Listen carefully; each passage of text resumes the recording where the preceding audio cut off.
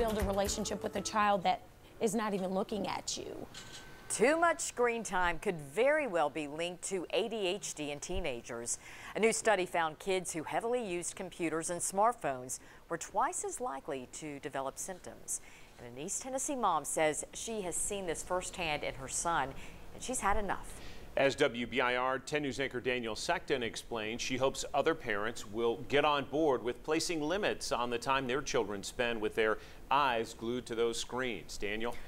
John and Robin, the study says what some have believed to be true for a while now, that too much time behind a screen could make it harder for a child or a teenager to function in the real world. And parents are dealing with the struggles every day. Caden, like most kids, loves video games. His mom, Jody, wishes he'd love them a little less. How can you build a relationship with a child that is not even looking at you? Caden's a straight A student. He also has ADHD.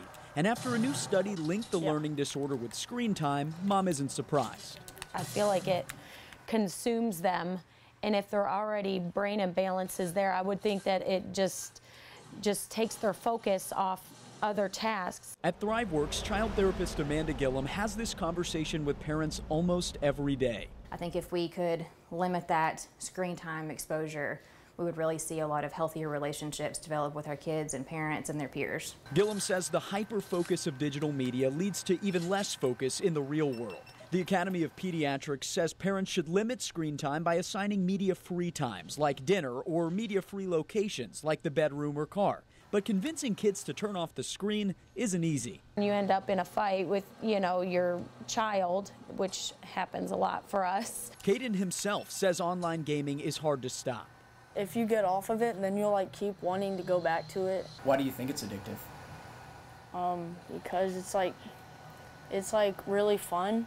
So that makes it all you want to think about and all you want to do. Finding that balance is tough, but Jody thinks it might be easier if all parents were on the same page. If they would learn to regulate screen time, us parents that do wouldn't feel so bad. Keep in mind the researchers in the study call the results tentative, so more testing still needs to be done. But this study and the experts we spoke to both say there's definitely some kind of link between screen time and ADHD.